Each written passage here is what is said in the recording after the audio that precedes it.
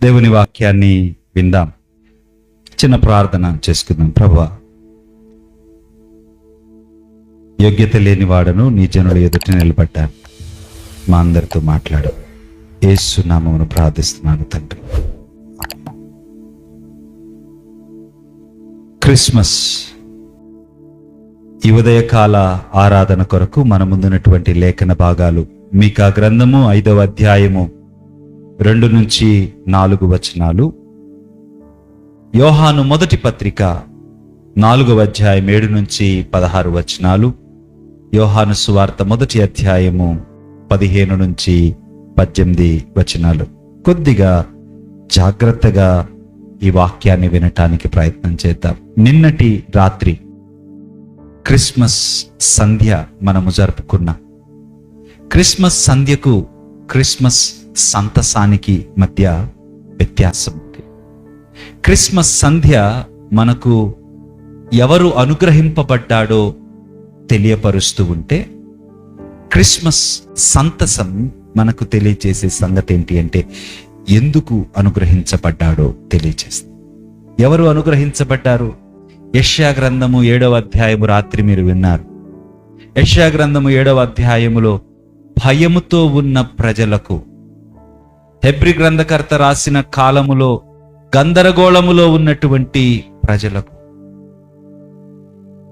నిత్యుడైన తండ్రి శరీరధారిగా తన సన్నిధిని అనుగ్రహించిన సందర్భాన్ని, అంటే దేవుడే తన సన్నిధిని భయములో ఉన్న ప్రజలకు, నిత్యుడైనటువంటి దేవుడు తన సన్నిధిని శరీరధారిగా అనుగ్రహించటాన్ని నిన్నటి లేఖనాలలో మీరు చూస్తే, ఈరోజు ఆయన ఎందుకు వచ్చాడు అన్న సంగతిని మనము ఆలోచన చేయటానికి ప్రయత్నం చేద్దాం. మీకా గ్రంథములో ఎక్కడి నుంచి ఆయన వచ్చాడో చెబుతూ ఉంది. యోహాను మొదటి పత్రికలో ఎందుకు ఆయన వచ్చాడో తెలియచెబుతూ ఉంటే, యోహాను సువార్త వచ్చి ఆయన ఏమి ఇచ్చాడో మనకు తెలియచేస్తూ ఉంది. మీకా గ్రంథానికి మీరు వస్తే, మీకా గ్రంథములో మీకా ప్రవక్త ప్రవచిస్తా ఉన్నాడు. మీకా ప్రవచించిన కాలాన్ని మీరు ఆలోచన చేస్తే సుమారు క్రీస్తు పూర్వం 8వ శతాబ్దములో ఆయన 8th సెంచరీ ప్రాఫిట్ గా ఆయన ఉన్నాడు. ఈయన యెషయాతో కలిసి ప్రవచించినవ. నిన్న రాత్రి మీరు విన్న ప్రవచనానికి, ఈరోజు ఉదయం మీరు వింటూ ఉన్న ప్రవచనానికి సంబంధం ఉంది. Isaiah was a court prophet. రాజ ఆస్థానములో ప్రవక్తగా ఉన్నవాడు ఐజయా. గ్రామాలలో పరిచర్య చేస్తూ ఉన్నవాడు మీకా. ఈ ఇద్దరు సుమారు అదే కాలములో, మీరు మొదటి అధ్యాయము 1వ వచనాన్ని చూస్తే, మీకా గ్రంథములో యోతాము, ఆహాజు, హిజ్కియా అను యూదా రాజుల దినములలో షోమ్రోనును గూర్చియు యెరూషలేమును గూర్చియు దర్శన రీతిగా మోరిష్తీయుడైన మీకాకు ప్రత్యక్షమైన యెహోవా వాక్కు. యోతాము, ఆహాజు, హిజ్కియా ముగ్గురు రాజులు. యోతాము మరీ చెడిపోయినవాడు కాదు, కానీ అటు ఇటు ఉన్న వ్యక్తి. అంటే మధ్యస్థ రీతిగా దేవుని అందలి భయభక్తులు కలిగి ఉన్న వ్యక్తి యోతాము. అయితే ఆహాజు ఒక వికెడ్ కింగ్, చాలా చెడిపోయినటువంటి స్వభావం కలిగినటువంటి వాడు. అయితే హిజ్కియా ఒక గొప్ప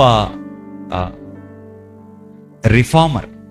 చాలా మార్పులు యూదా జనాంగములో కలుగుటకు కారణమైన వాడు. పశ్చాత్తాపాన్ని, ఉజ్జీవాన్ని ప్రజల మధ్య రేకెత్తించిన వాడు హిజ్కియా. ఇట్లాంటి వైవిధ్యమైనటువంటి రాజరికపు ఏలుబడిలో మీకా ప్రవచిస్తూ, ఈ వైవిధ్యానికి కారణము, లేకుంటే ఈ వైవిధ్యము ఉన్న కాలములోని పరిస్థితులు ఎలా ఉన్నాయి అంటే, సిరియన్లు, ఇశ్రాయేలీలు ఏకమై దక్షిణ దేశాన్ని, అంటే యూదా రాజ్యాన్ని భయపెడుతూ ఉన్నటువంటి కాలం. 722 BCకు వచ్చేసరికి అషీరియా వచ్చి సిరియా, ఇశ్రాయేలు రెండింటినీ నశింపచేసి పూర్తిగా లోబరుచుకున్నటువంటి కాలం. ఆహాజు అషీరియాకు లోబడి అషీరియా అండదండలు పుచ్చుకొని దేవునికి దూరస్తుడుగా ఉంటూ ఈ భయాల నుంచి కొద్దిగా బయటపడుతూ ఏదో ఒక రీతిగా తన యొక్క మనుగడను, తన సింహాసనాన్ని తర్వాత వస్తున్నటువంటి రాజులు కాపాడుకొనుటకు చేస్తూ ఉన్నటువంటి ప్రయత్నం. ఇది సెంటర్లో జరుగుతూ ఉంటే పెరిఫెరీలో, విలేజెస్ లో జరుగుతుంది ఏంటి అంటే, ఇక్కడ నుంచి ప్రారంభమైనటువంటి అధికారము, ఆ అధికారాన్ని అందిపించుకున్నటువంటి అధికారులు ఈ ప్రాంతాలను విపరీతంగా దోచుకుంటున్నటువంటి కాలం. అందుకే మైకా ప్రాఫిట్ ప్రాఫెసై చేస్తూ ఉన్నప్పుడు, మీరు రూకలిచ్చి న్యాయాన్ని అన్యాయంగా చేశారు. అంటే న్యాయము అనేది అమ్మకానికి ఉంది. ప్రజలను విపరీతంగా బాధలకు గురి చేస్తూ ఆఖరికి దైవిక వాక్యాలను సహితం కరప్ట్ చేసినటువంటి కాలము ఆ కాలం. అటువంటి కాలములో మీకా ప్రవచిస్తూ మాట్లాడుతూ మీరు జాగ్రత్తగా నిన్నటి భాగాన్ని, ఈరోజు భాగాన్ని, మైకాను ఐజయాను ప్రక్కన పెట్టి మీరు ఆలోచన చేసుకోగలిగితే, నేను లైట్గా ఒక 2-3 విషయాలు మీ జ్ఞప్తికి నేను తేవటానికి ప్రయత్నం చేస్తాను. మీరు ఆలోచన చేయండి. యెషయా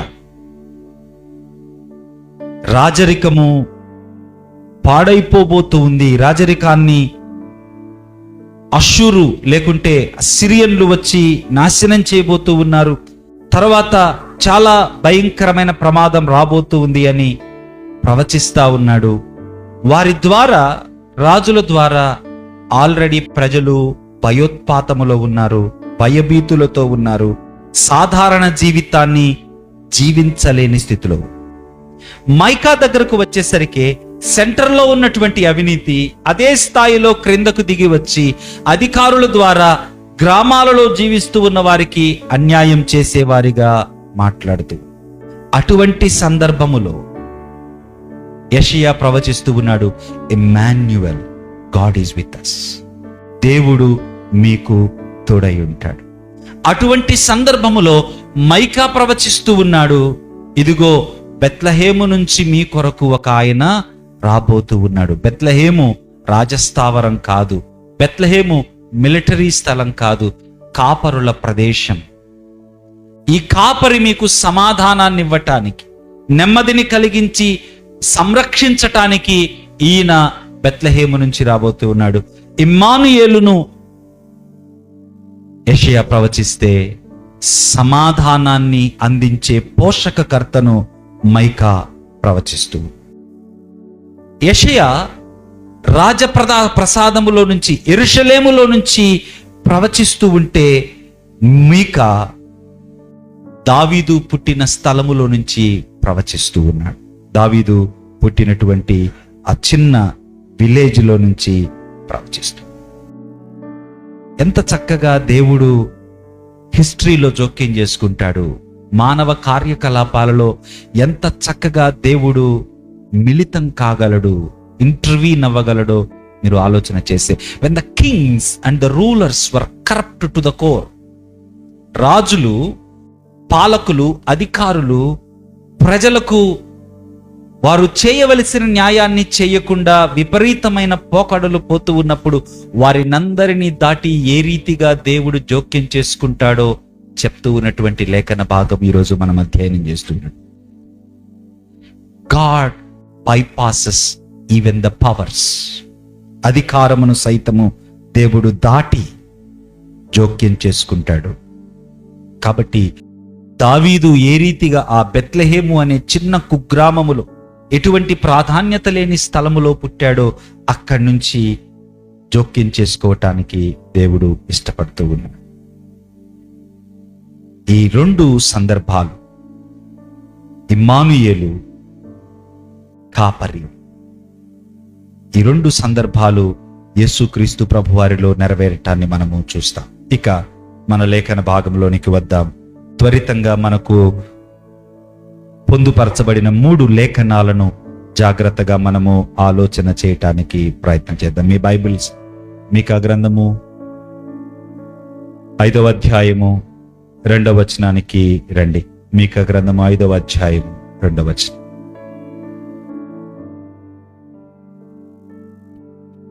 నేను మీకు ఇప్పుడే చెప్పినట్లు యెషయా తోడయున్న దేవుణ్ణి ప్రకటిస్తూ ఉంటే సమాధానముతో పాలించే రాజును మీకా మనకు పరిచయం చేస్తూ ఉన్నాడు. ఒక సాధారణ స్థలము నుంచి రాబోతూ ఉన్నటువంటి రాజును గురించి మీకా ప్రవచిస్తూ ఉన్నాడు. మీరు చూడండి ఎటువంటి పాలకుడో 2వ వచనం చెప్తుంది. బెత్లెహేము ఎఫ్రాతా, యూదావారి కుటుంబములో నీవు స్వల్ప గ్రామమైనను నా కొరకు ఇశ్రాయేలును ఏలువాడు నీలో నుండి. స్వల్ప గ్రామం, సైనిక స్థావరము కాదు, ఎటువంటి ప్రాధాన్యత లేని స్థలం. అటువంటి స్థలము నుంచి ఆల్రెడీ దావీదు వచ్చాడు. కానీ ఇక్కడ మరింత గొప్ప పాలకుడు గురించి మీకా మాట్లాడుతూ, ఆల్రెడీ వారికి బెత్లెహేము అనగానే వారి తండ్రి, వారి పితరుడు దావీదు గుర్తుకు వస్తాడు. కానీ దావీదు అక్కడ ఆరంభమయ్యాడు. There was a beginning for David. కానీ ఇక్కడ ఆరంభమయ్యే ఈ రాజు ఇక్కడ ఆరంభమవుతూ ఉన్నాడు. కాబట్టి ఇక్కడే ఈయన బిగినింగ్ అని చూడొద్దు. It continues further. ఏమనంటున్నాడు? ఇశ్రాయేలీయులను ఏలబోవువాడు నీలో నుండి వచ్చును, పురాతన కాలము మొదలుకొని శాశ్వత కాలము వరకు దావీదు మూలాలలోనికి తీసుకొని వెళుతూ, దావీదు వలె ఆరంభమున్నవాడు కాదు ఈయన, శాశ్వత కాలము నుంచి పురాతన కాలము వరకు అగుపడుతూనే ఉన్నాడు. దో హీ ఇన్కార్నేట్స్, ఆయన శరీరధారిగా బెత్లెహేములో పుట్టబోతూ ఉన్నప్పటికీ ఆయన ఎవరు అంటే కాలమునకు అతీతుడైన వాడు, నిత్యుడైన వాడు. నిన్న మనము చదువుకున్నటువంటి హెబ్రీ గ్రంథకర్త రాసిన 1వ అధ్యాయములోని మాటలు నిత్యుడైనటువంటి పాలకుణ్ణి గురించి మాట్లాడు. ఈయన కూడా బెత్లెహేము అనే గ్రామములో పుడతాడు. కానీ ఆయన చరిత్రలో అక్కడ ప్రవేశిస్తూ ఉన్నాడు. కానీ నిత్యుడు, తన నిత్యత్వములో నుంచి చరిత్రలోకి నరావతారిగా వస్తూ ఉన్నాడు. ఈయన నరావతారి అవుతూ ఉన్నాడు కాబట్టి కాలము ఆయన్ని బంధించలేదు. అన్ని కాలములలో ఉన్నవాడు ఐ యామ్ అన్న మాట ఆయనకు వర్తిస్తుంది. సాధారణ మూలాలలో నుంచి బయలు వెడలుతున్న ఒక నిత్యుడైన దేవుని స్వభావాన్ని మనకు 2వ వచనము ప్రవచిస్తూ ఉంటే, 3వ వచనము ఒక భిన్నమైన స్వరాన్ని మనకు వినిపిస్తూ ఉంది. 3వ వచనములో నీకు నిరీక్షణ గురించి 2వ వచనం, ఎవరినైతే నీవు ఎవరి కొరకైతే ఎదురు చూడాలో, ఎక్కడ నుంచి ఎదురు చూడాలో 2వ వచనం చెప్తూ ఉంటే, ఎలా ఎదురు చూడాలో చెప్తూ ఉంది 3వ వచనం. ఎలా ఎదురు చూడాలంట? ఎలా అమ్మా? ప్రసవ వేదన. నచ్చదు మీకు? You need to undergo labour pain.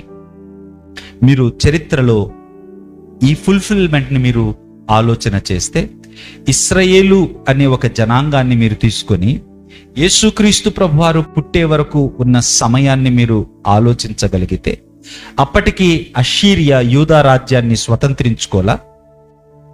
యూదా రాజ్యాన్ని స్వతంత్రించుకునేసరికి పూర్తిగా యూదా రాజ్యం నశింప చేయబడింది. ఈ ప్రవచనాలు చెప్పటానికి, యూదా రాజ్యము నశింప చేయటానికి మధ్య చాలా కాలము గ్యాప్ ఉంది.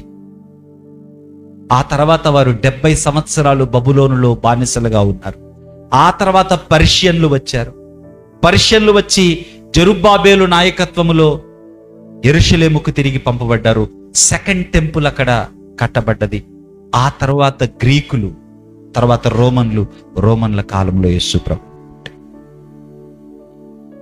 బిఫోర్ దే గెట్ డెలివర్డ్, వారు విమోచించబడటానికి ముందు ప్రసవ వేదన పడవలసి ఉన్నది. Remember this point. కాబట్టి ప్రసవమగు స్త్రీ పిల్లలను కనువరకు ఆయన వారిని అప్పగించు. అప్పుడు ఆయన సహోదరులలో శేషించిన వారు ఇశ్రాయేలుతో కూడా తిరిగి. ఇప్పుడు మనకు 4వ వచనం మీరు చూస్తే, 4వ వచనంలో మనకు వాగ్దానము చేయబడుతూ ఉన్న రాజు ఏం చేస్తాడు, బెత్లెహేము నుంచి వస్తూ ఉన్న ఆ రాజు ఏం చేస్తాడో మనకు కనపడుతూ, ఎలాంటి రాజు కొరకు నీవు ఎదురు చూడాలో, ఎలా ఎదురు చూడాలో, ఎక్కడి నుంచి ఎదురు చూడాలో, బెత్లెహేము అనే ఒక చిన్న ప్రదేశము నుంచి దేవుడు ఎంత గొప్పగా మీ ఆలోచనకు రావాలి అంటే, మీ జీవితంలో కూడా మీరు చాలా విషయాలు ఈ లోక సంస్కృతిలో ఆలోచించటం అలవాటైపోయి అదే దైవిక సంస్కృతి అని మీరు అందులోనే పడి వెళ్ళిపోతా ఉంటారు. God does not look at the higher things of the world. లోకములో ఏవైతే ఘనమైనవిగా ఎంచబడతాయో వాటిని ఆయన ఘనమైనవిగా, కొరింథీయులకు రాసిన పత్రికలో ఘనమైన వారిని, జ్ఞానులను ప్రక్కకు పెట్టడానికి ఎవరిని ఎన్నుకున్నాడంట ఆయన? ఎన్నిక లేని వారిని, జ్ఞానము లేని, ఘనులైన వారిని ప్రక్కన పెట్టడానికి పెంట కుప్పల మీద నుండి దీనులను. Unless you have the mind of God, you have the understanding of God, you keep living in this world and you keep thinking that I am according to the word of God. No, never. దేవుడు విమోచనను ఒక గొప్ప military king చేతిలో పెట్టలా. కత్తి పట్టుకొని వచ్చి రక్తాన్ని చిందించే వ్యక్తి ద్వారా విమోచనను ప్రకటిస్తానని మాట్లాడలా. ఒక గొప్ప రాజప్రసాదములో నుంచి ఒక వ్యక్తి క్రిందకు దిగి వచ్చి, ఇదిగో I'm going to give this to you అని చెప్పే ఒక వ్యక్తిని గురించి ప్రవచించలా. ఒక సాధారణమైన ఎటువంటి మిలిటరీ ప్రమేయం లేని ఒక గ్రామములో నుంచి కత్తి పట్టుకొని కర్రతో గొర్రెలను నడిపే ఒక గొర్రెల కాపరి గురించి మాట్లాడుతూ ఉన్నాడు ఈ మీకా ప్రవక్త. Think in the angle of God. Try to have the perspective of God in your life while you live. ఆయన నిలిచి యెహోవా బలము పొంది తునాతునకలుగా చేయును అనుందా? నా మీ బైబిల్ అలాగే రాసి, ఆయన నిలిచి యెహోవా బలము పొంది ఒక్కొక్కడి తల నరికి వేయును అని ఏమైనా రాసిందా? ఏం చేస్తారంట? తన మందను మేపుతాడంట. మందను మేపడం అంటే గొర్రెల కాపర్లకు తెలుస్తాం. ఎలా మేపాలి మందను? వాటి ముందుండి మందను నడిపించాడు. మందకు శ్రేష్టమైన జలాలు ఎక్కడున్నాయో అక్కడికి తీసుకుని, శ్రేష్టమైన పచ్చిక ఎక్కడ దొరుకుతుందో అక్కడ తీసుకువెళ్ళాడు. క్రూర జంతువుల బారిన పడకుండా ఆ మందను కాపు కాయాడు. మందను బలము పొందేది ఎందుకు? తల తెగనరగటానికి కాదు. దేనికంట? మేపటానికి, సంరక్షించటానికి, కాపాడు. You know a ruler who robs you, but here is a ruler who provides you. కదా, ఎంత గొప్ప వ్యత్యాసం. మిమ్మల్ని దోచుకునేవారు నాయకులు నేటికి కూడా, మిమ్మల్ని పాడు చేసేవారు నాయకులు నేటికి కూడా. కానీ ఇక్కడ ఒక నాయకుడు ప్రవచించబడుతూ ఉన్నాడు.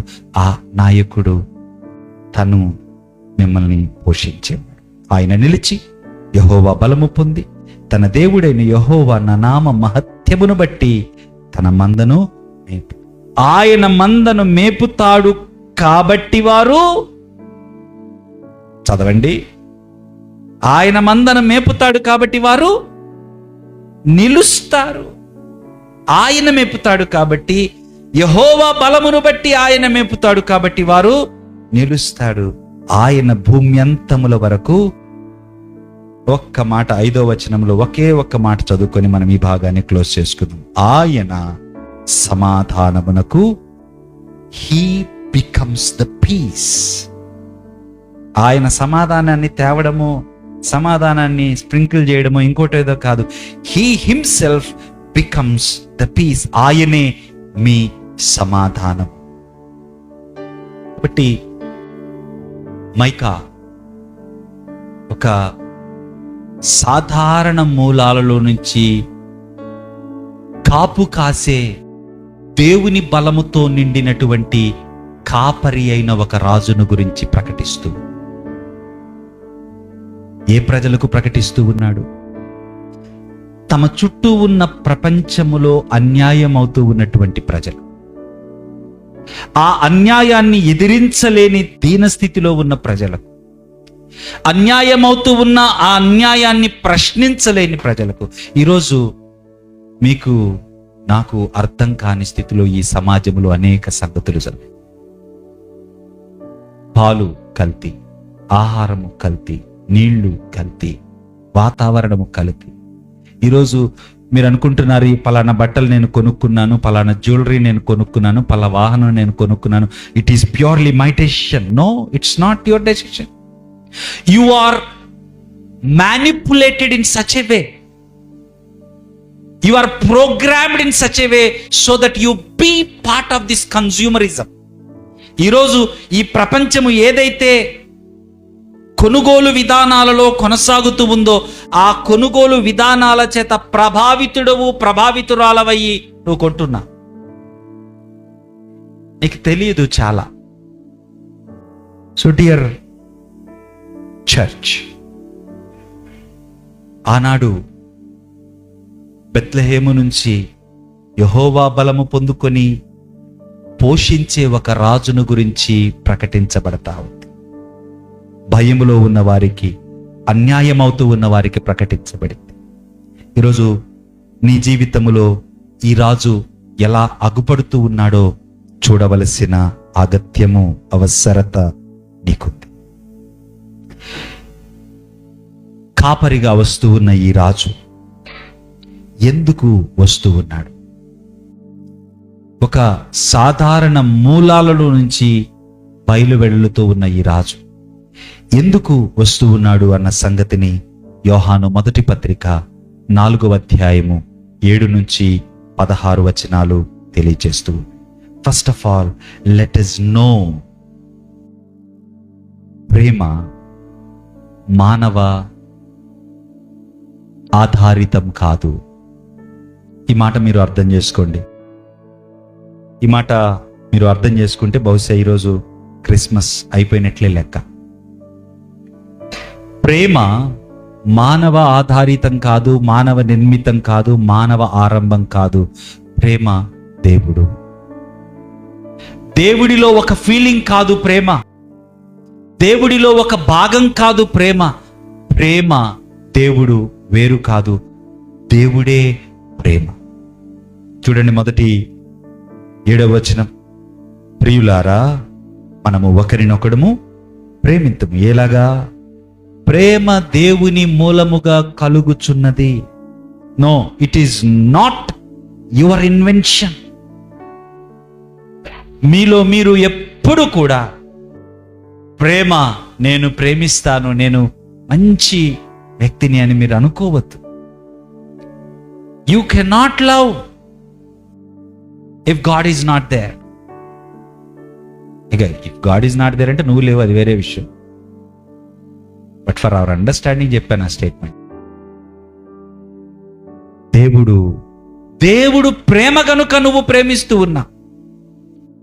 బట్ నీ ప్రేమలో నీ భార్యను ప్రేమిస్తూ ఉంటే సింపుల్ అండర్స్టాండ్. నీ భార్యను నువ్వు ప్రేమిస్తూ ఉండొచ్చు, నీ భర్తను నువ్వు ప్రేమిస్తూ ఉండొచ్చు, నీ బిడ్డలను ప్రేమిస్తూ ఉండొచ్చు, మీ సంఘాన్ని మీరు ప్రేమిస్తూ ఉండొచ్చు. వీటన్నిటిలో కూడా నేను ప్రేమిస్తున్నావని భావిస్తూ ఉన్నావే, కానీ no, you are not loving. You are loving because God is love. దేవుని నుంచి ఆ ప్రేమ నీలోనికి ఇన్ఫ్లో అయ్యింది కాబట్టి you are able to love back. చూడండి ప్రియులారా, మనము ఒకరినొకడము ప్రేమిద్దాం. ఎలాగా? ప్రేమ దేవుని మూలముగా కలుగుచున్నది. వాడు ఏంటంట? దేవుని మూలముగా పుట్టినవాడై దేవుడు ప్రేమ స్వరూపి. Love does not origin in humans, it is not in human origin. లేకపోతే it's not a moral achievement. నేను మంచి వ్యక్తిని అని అంటాం, అదే that's what is moral achievement. It's not human origin, it's not moral achievement. But remember, it always and it must always flow from the very being of God, because God is love. You cannot separate it. Culture lo nunchi we are we are proud of our cultures కదా. కొంతమంది ఫలానా భాగానికి చెందిన వారు కాబట్టి, లేకుంటే మనం ఈరోజు చాలా చోట్ల వింటున్నాం, వీఆర్ ఫలానా ధర్మం మాది ప్రేమ, ఫలానా ధర్మం మాది ప్రేమ కదా. We hail our flags. No culture can create this love. No emotion, no ethic.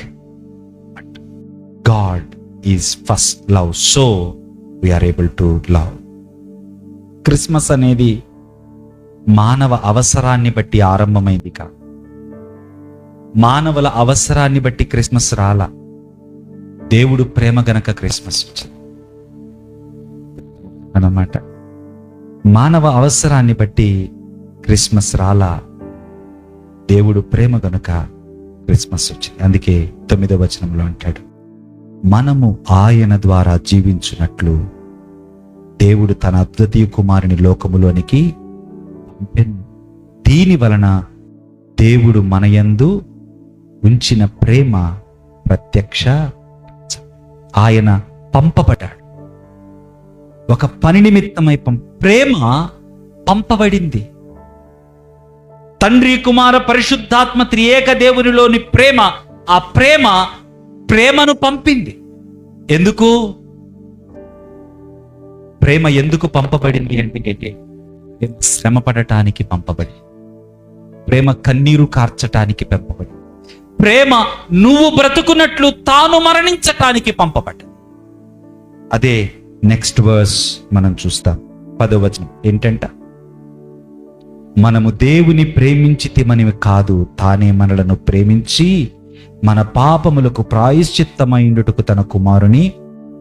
ఇందులో ప్రేమ ఉంది. ప్రేమ పంపబడ్డాడు. ప్రేమ ఎందుకు పంపబడ్డాడు అంటే, ప్రేమ ఈ లోకములో ఉన్న ప్రతి విధమైన దుస్థితిని అనుభవించటానికి, ఆ దుస్థితిని అనుభవించట ఫలితంగా నీవు నేను విమోచించబడి ప్రేమ యందు సజీవులమవ్వటానికి. మనము ప్రేమించాము అని ఎప్పుడు అనుకోవద్దు. ఆయనే మనలను ప్రేమించాడు కాబట్టి మనము ఆఖరికి నీలో ఉండే ప్రేమను బట్టి కూడా నువ్వు అతిశయించటానికి. అర్థమవుతుందమ్మా?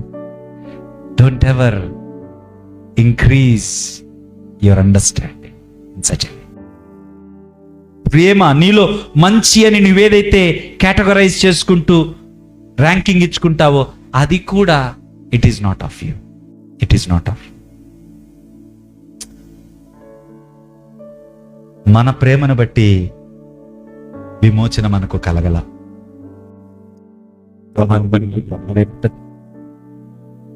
దేవుడు లోకమును ఎంతో ప్రేమించెను, కాగా తన అద్వితీయ కుమారుని మన కొరకు. Salvation starts from the love of God. నువ్వు ప్రేమించావని నీ కొరకు ఆయన పంపబడలా. మనమెవరము ఆయనను ప్రేమించు వరము. ఆయన మనలను ప్రేమించాడు కాబట్టి ఆయన ప్రత్యక్షపరచబడ్డాడు. ఆ ప్రత్యక్షతలో మనము సజీవులమవ్వటానికి ఆ ప్రత్యక్షత మరణమునకు అప్పగించబడింది. ప్రేమను సరిగా నిర్వచించేది సిలువ మాత్రమే. నిన్న రాత్రి మనము జరుపుకున్నటువంటి క్రిబ్, నిన్న రాత్రి మనము ఆరాధించినటువంటి ఆ పసిబాలుడు, ఈరోజు మనము సంతసిస్తూ ఉన్నటువంటి ఈ క్రిస్మస్ నిజమైనటువంటి నిర్వచనము కేవలము సిలువలోనే కలిగి ఉంది. Christmas is because cross is. సిలువ ఉంది కనుక క్రిస్మస్. సిలువ కొరకై క్రిస్మస్. సిలువను సపరేట్ చేస్తే దెర్ ఇస్ నో క్రిస్మస్. దేవుడు ప్రేమించాడు. ప్రేమించి నీవు నేను పాపముల నుంచి విమోచించబడే ప్రాయశ్చిత్తాన్ని పొందుకొనుటకు తన కుమారుణ్ణి మన కొరకు పంపాడు. ఇందులో ప్రేమ ఉంది. This baby worshipping is born to die so that we may live. మనము జీవించున్నట్లు ఈ బాలుడు చనిపోవటానికి వచ్చాడు. శుభ శుక్రవారాన్ని, క్రిస్మస్ని మనము వేరు చేయదు. కాబట్టి 12 నుంచి 16 వచనాలలో ఎందుకు ఈ ప్రేమ వచ్చింది అంటే, ఈ ప్రేమ నిన్ను తన ప్రేమతో నింపటానికి, ఈ ప్రేమ నిన్ను తన ప్రేమతో నింపి ప్రేమగా మార్చటానికి. ఎంత బ్యూటిఫుల్ కదా, ఇజంట్ ఇట్ బ్యూటిఫుల్? దేవుడే ప్రేమ. ఆ దేవుడు ఇమ్మానుయేలుగా ఎందుకు నీ దగ్గరకు వచ్చాడు అంటే, సో దట్ సన్నిధిని అనుభవిస్తూ ఆయన చేత నింపబడి ఆయనగా మార్చబడట. అందుకే గలతీ 3:26 ఏమంటది? యేసు క్రీస్తునందు విశ్వాసం ఉంచుట వలన మీరు దేవుని కుమారులయ్యారు. ఎందరైతే క్రీస్తులోనికి బాప్తిసం పొందారో వారందరూ క్రీస్తును ధరించుకున్నారు. 11 నుంచి 16 వచనాలు మీరు చూడగలిగితే, ఆయన మన యందు నివసిస్తూ ఉన్నాడు. ఆయన మనతో ఉండటానికి వచ్చాడు. ఆయన మనలో ఉండటానికి వచ్చాడు. ఇక్కడ ఒక మాట మీరు ఆలోచన చేయాలి. చూడండి ప్రియులారా, చూస్తున్నారా? మీ బైబిల్స్ తీసారా? Let's go through each verse which I read for you. Okay, thank you. ప్రియులారా, దేవుడు మనలను ఈలాగు ప్రేమించగా మనము కూడా ఒకరిని ఒకడు ప్రేమింపబద్ధులమై ఉన్నాము. ఏ మానవుడును దేవుని ఎప్పుడు చూచి ఉండలేదు. This is the problem of the world and there is solution. నా మాట అర్థమవుతుంది? ప్రాబ్లమ్ ఆఫ్ ద వరల్డ్, ఏ మనిషి దేవుణ్ణి ఎప్పుడు చూసి ఉండలా. మనము ఒకరినొకడు ప్రేమించిన యెడల దేవుడు మన యందు నిలిచియుండును, ఆయన ప్రేమ మన యందు సంపూర్ణమగును. దీని వలన మనము ఆయన యందు నిలిచి ఉన్నామని ఆయన మన యందు ఉన్నాడు ఎలయనగా ఆయన మనకు తన ఆత్మలో పాలు దయచేశాడు. ఏం చెప్తా ఉన్నాడు ఇక్కడ? ఒక మాట మీరు చూడండి, 15వ వచనం చదవండి. యేసు దేవుని కుమారుడు అని ఎవడు ఒప్పుకొనునో వానిలో దేవుడు నిలిచి ఉన్నాడు.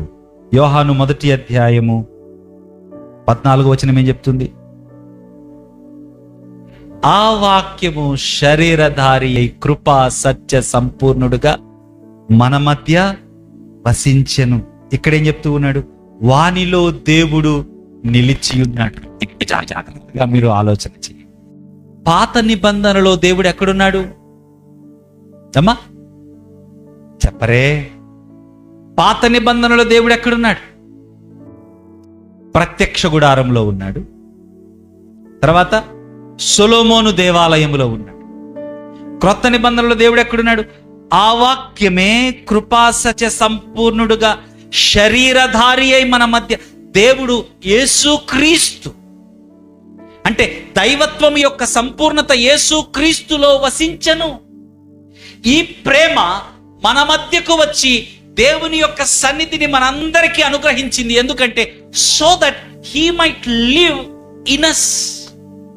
He came and dwelt among us. ఆయన మన మధ్య శరీరధారిగా వసించాడు. ఎందుకంటే ఆయన మనలో నివసించటానికి. ఆయన ఎవరు? ప్రేమ. ప్రేమగా ఆయన మన మధ్య నివసించాడు. So that he could be in us. ఆ tabernacle became Jesus. And the same tabernacle now is you. What a great privilege that God granted you. ఎంత గొప్ప భాగ్యము దేవుడు మీకు అనుగ్రహిస్తాడు. యేసు దేవుని కుమారుడని ఎవడు ఒప్పుకొనునో వానిలోకి ఆయన వచ్చి నివసిస్తాడు. వాడు దేవుని యందు. He just does not come to see us in Christmas. He came to be with us. Not just came to be with us, he came to be in us. తన టెబర్నకల్ గా మార్చుకోవటానికి వచ్చాడు. ప్రియులారా, ఆయన మనలను ప్రేమించాడు. మనలోనికి వచ్చి ప్రేమగా ఉన్నాడు. సో దట్ ఆయన వలె మీరు మారట. ఆయన వలె మీరు మారాలి అంటే ఆలోచిస్తుంటే, ఊహించుకుంటుంటే అవ్వదు. You start acting. ఆ ప్రేమ పంపబడ్డ ఆ ప్రేమ ప్రతి పెయిన్ ని ఎండ్యూర్ చేసింది. పంపబడ్డ ఆ ప్రేమ నీవు సజీవుడు అవ్వటానికి, శిలువను సైతం ఎక్కటానికి ఏమాత్రం వెనకెడుగైలా పంపబడ్డ ప్రేమ. ఆయన నీలోనికి వచ్చాడు అంటే అర్థం ఏంటంటే నువ్వు పంపబడే స్థాయిలో, నీవు పంపబడే అనుభవములో ఉండాలి. పంపబడే అనుభవములో లేకుండా నీవు క్రీస్తును ఎరిగావు అని అనుకుంటే అది నీ భ్రమ. 16వ వచనం, మన ఎడల దేవునికి ఉన్న ప్రేమ మనము ఎరిగిన వారమై దాన్ని నమ్ముకొని ఉన్నాము. దేవుడు స్వరూపి అయి ఉన్నాడు. ప్రేమయందు నిలిచియుండువాడు. ప్రేమయందు నిలిచి ఉండాలంటే you must be sent. You must be sent in love to share the same love. ఏ ప్రేమనైతే, ఏ ప్రేమగా ఆయన వచ్చి, ఏ ప్రేమగా ఆయన నీలో వసించి, నీలో వసించటానికి ఆ ప్రేమ ఎటువంటి త్యాగాన్ని చేసింది, ఎంతగా తనను తాను సమర్పించుకుందో, ఆ ప్రేమను పోలి నీవు కూడా ఆ ప్రేమ యందు నిలిచి ఉంటే నీవు కూడా ఆ క్రమములో సాగే. ఆయన ప్రేమగా పంపించబడ్డాడు. పంపించబడ్డ ఆ ప్రేమ ఏమిచ్చింది? ఒకటి, ఒక రాజు కోసం మనం ఎదురు చూస్తున్నాం. ఎవరి రాజు? కాపరి అయిన రాజు ప్రేమగా వచ్చి ప్రేమను నీలో నింపి నిన్ను ప్రేమగా మారుస్తూ. కాపరి అయి ప్రేమగా వచ్చిన, ప్రేమించుటకు, ప్రేమగా మార్చుటకు వచ్చిన ఈ రాజు ద్వారా నువ్వేం పొందుకున్నావు? What did you receive?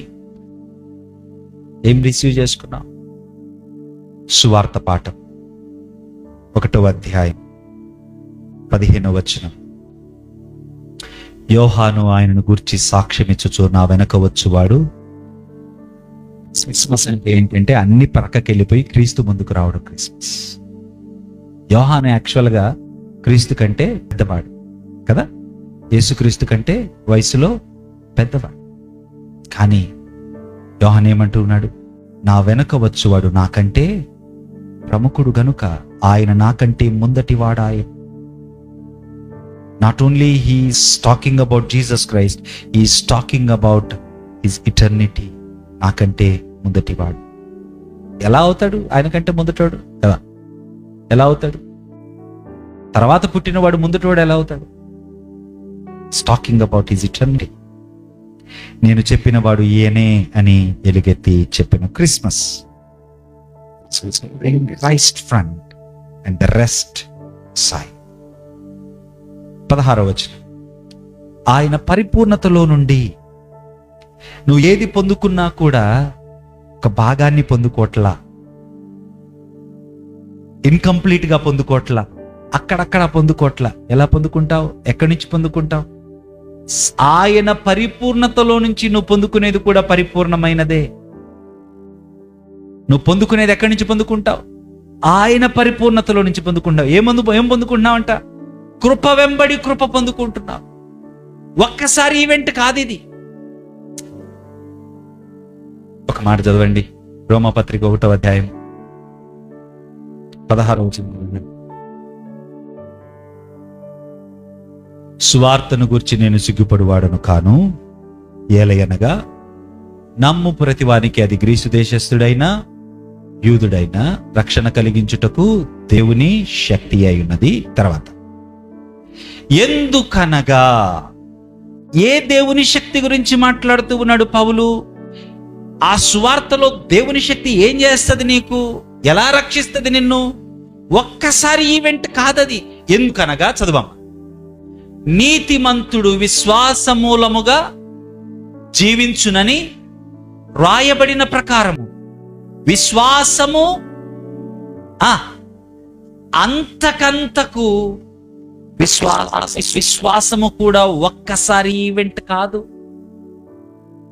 It keeps coming to you. కృప వెంబడి కృప పొందితిమి. యేసు క్రీస్తు యొక్క పరిపూర్ణతలో నుంచి నీకు అందించబడుతూ ఉన్నటువంటి కృప పాక్షికమైనది కాదు, అసంపూర్ణమైనది కాదు, నీకు ఇంకేదో వెలితిని మిగిల్చేది కాదు. నీకు చాలిన దానికంటే అధికమైన కృపను క్రిస్మస్ అందిస్తూ ఉంది. It's not one time experience, it's a overflow of grace. కృప వెంబడి కృప, కనికరము వెంబడి కనికరాన్ని నీవు యొద్ద నుంచి రిసీవ్ చేసుకుంటున్నావు. నిరంతరాయముగా నీ యొద్దకు ప్రవహించే కృప ఈ కృప. కాపరి అయి పోషించటానికి వచ్చిన ఆ నిత్యుడైనటువంటి రాజు ప్రేమగా నీలో ప్రేమయ్యి నిన్ను ప్రేమగా మార్చటానికి తన కృపను కొద్దిగా కాదు, తన కృపను ఏదో తనలోని ఒక భాగములో నుంచి కాదు, తన కృపను తనలో నుంచి, పరిపూర్ణతలో నుంచి పరిపూర్ణంగా ధారాళ నీవు కూడా ఆ ప్రేమగా మారేంత వరకు కావలసిన, ఆమేన్, నీవు కూడా ఆ ప్రేమగా ఆయన ఎదుట నిలబడేంత వరకు కావలసిన కృపను, కనికరాన్ని ధారాళంగా నీకు ఆయన అనుగ్రహిస్తాడు. 17వ వచనం. ధర్మశాస్త్రము మోషే ద్వారా వచ్చింది. ఏం చేసింది? మోషే ద్వారా వచ్చిన ధర్మశాస్త్రము దేవుడెవరో చూపించింది, దేవుడి యొక్క నియమాలేంటో చూపించింది, దేవుడు ఏం కోరుకుంటున్నాడో చూపించింది. దేవుడు కోరుకుంటున్న దాన్ని బట్టి ఏమర్థమైంది ప్రపంచానికి? పాపం అంటే ఏంటో అర్థమైంది. దేవుడు కోరుకుంటున్నది ఇది, దేవుడు కోరుకోనిది మిగిలినదంతా. దేవుడు కోరుకుంటూ ఉన్నవాడు చేసేది యావత్తు పరిశుద్ధమైనది, దేవుని కోరికకు, దేవుని నియమానికి వెలుప ఉన్నది యావత్తు పాపమయ్యింది. ధర్మశాస్త్రము వచ్చి దేవుణ్ణి, పాపాన్ని చూపించింది. మనందరము ఎక్కడున్నామో బయటపడ్డాం. ఎక్కడున్నాం మనమందరం? రోమాపత్రిక 3, నీతిమంతుడు లేడు, ఒక్కడూ లేడు. 3:24, ఏ భేదము లేదు, అందరూ పాపము చేసి దేవుడు అనుగ్రహించు మహిమను పొందలేదు. Law came to display the sin. పాపమును చూపించింది, కానీ ధర్మశాస్త్రం అయితే పాపాన్ని చూపించింది, కానీ క్రీస్తు దేవుని హృదయాన్ని చూపించాడు. Law came to reveal the sin, Christ came to reveal God's heart. అందుకే ధర్మశాస్త్రము మోషే ద్వారా, కృపయు సత్యము యేసుక్రీస్తు ద్వారా. ధర్మశాస్త్రం వచ్చి పాపాన్ని చూపించి, ధర్మశాస్త్రము పాపము నుంచి నిన్ను క్షమించలేకపోయింది. క్రీస్తు దేవుని హృదయాన్ని చూపించి ప్రతి పాపమును క్షమించాడు. ఆమేన్. ప్రతి పాపమును క్షమించాడు.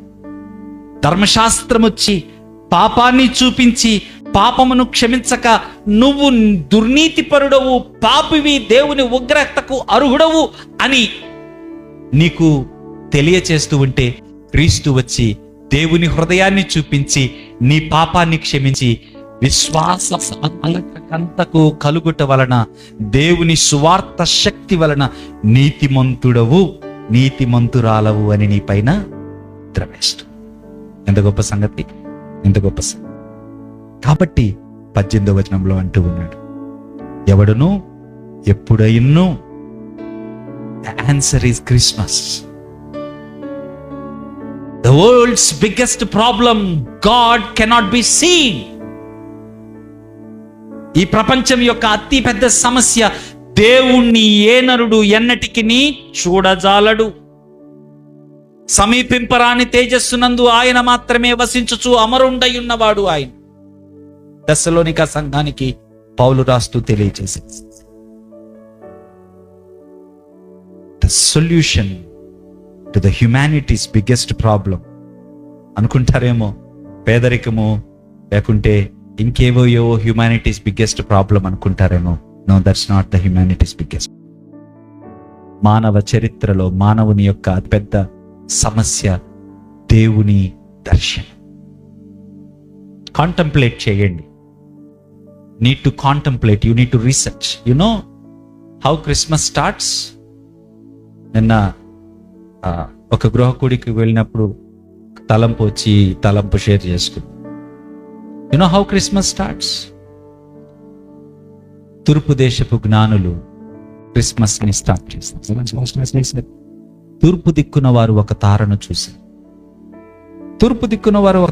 ఏం చేశారు వాళ్ళు? They researched. వాళ్ళు తూర్పు వైపుకి ట్రావెల్ చేయాల. ఎటు ట్రావెల్ చేశారు? వెస్ట్కి ట్రావెల్ చేశారు. ఎందుకు? వాళ్ళు ఆ రీసెర్చ్ చేసినప్పుడు జ్యూస్ లో ఒక కింగ్ పుడతాడు అని వారికి అర్థమైంది. జ్యూస్ ఎక్కడుంటారు? జెరూసలేంలో.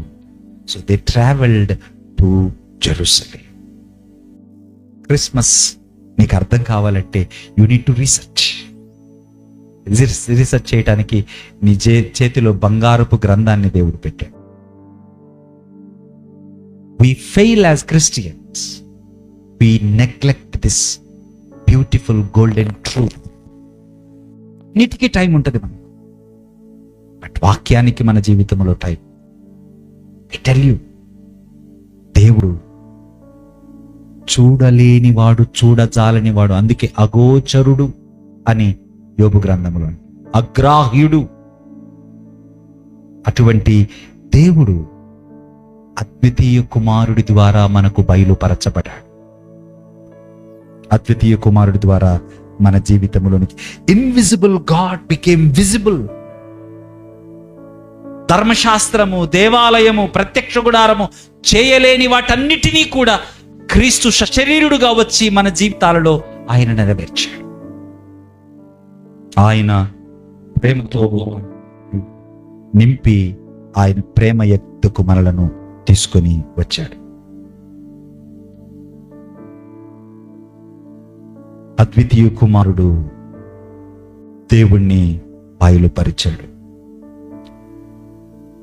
పోషకుడై వచ్చినటువంటి నిత్యుడైన రాజు, దేవుని ప్రేమగా, ఆ ప్రేమ నీలో వసించి నిన్ను ప్రేమగా మార్చటానికి వచ్చిన నిత్యుడైన రాజు. ఆ ప్రేమగా మారే క్రమములో నీకు కావలసినంత కృప ధారాళంగా అనుగ్రహించటానికి, కనికరాన్ని ధారాళంగా అనుగ్రహించటానికి వచ్చాడు. Do you understand the purpose of Christmas? A king came to provide. What to provide? ఒక రాజు నిన్ను పోషించటానికి వచ్చాడు. దేనితో పోషించటానికి? తన ప్రేమతో పోషించటానికి. ఎందుకు? తన ప్రేమగా నీవు మార్చబడాలి. ఆ ప్రేమగా మార్చబడటానికి నీకు ఎంత కృప కావాలో అంత కృపను అనుగ్రహించటానికి ఈ క్రిస్మస్ నీ దగ్గరికి. ఒకవేళ మీకా గ్రంథములో తెలుపబడిన బెత్లెహేములాగా ఉన్నావా? Maybe you are very low in your life.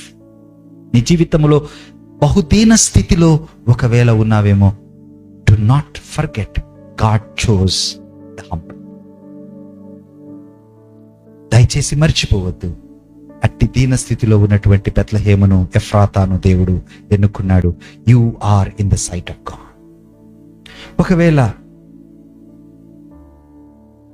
పాపివై నీ జీవితంలో ఆనాడు ఆ ఇశ్రాయేలీయుల యొక్క దుఃఖానికి కారణమైన వ్యక్తులు ఏ రీతిగా ఉన్నారో అటువంటి జీవితము, దేవుడు బయలుపరిచిన ధర్మశాస్త్రానికి, దేవుని స్వభావానికి వ్యతిరేకంగా ఉన్న జీవితం, నీతిమంతుడు లేడు అన్న స్థితిలో ఆ దేవుని మహిమను కోల్పోతూ ఉన్న జీవితాన్ని ఒకవేళ నీవు కలిగి ఉంటే, ప్రేమ అయిన దేవుడు ప్రేమగా తన కుమారుడు, ఎందుకు అంటే నీవు విమోచించబడాలి.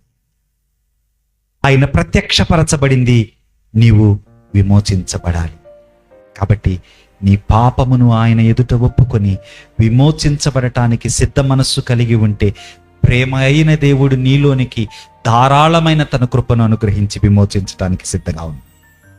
ఒకవేళ విశ్వాసివిగా నీవు ఇక్కడ కూర్చుంటే నో ఫర్ ష్యూర్, రూఢిగా ఈ సంగతిని తెలుసుకో, కృప వెంబడి కృపను, కనికరము వెంబడి కనికరాన్ని ఇచ్చే దేవుడు నీ పక్షాన నిలుస్తూ, ఇమ్మానుయేలుగా నీ పక్షాన నిలుస్తూ, సంఘముగా ఈ సంగతిని we live love because it's loved us. సంఘముగా దేవుని ప్రేమగా బ్రతుకుదాం, దేవుని ప్రేమను ప్రకటిద్దాం, దేవుని ప్రేమను ప్రత్యక్షపరచుదాం, దేవుని ప్రేమను సంఘముగా వెల్లడిపరచుదాం. Because he loved this church. ఆయన ఈ సంఘమును ప్రేమించాడు అని మర్చిపో. దేవుని కృప మీ అందరికీ తోడైండును గాక. సమస్త జ్ఞానముకు మించిన దేవుని సమాధానము యేసు క్రీస్తు వలన మీ హృదయములకు తలంపులకును కావలియుండును గాక. ఆమేన్.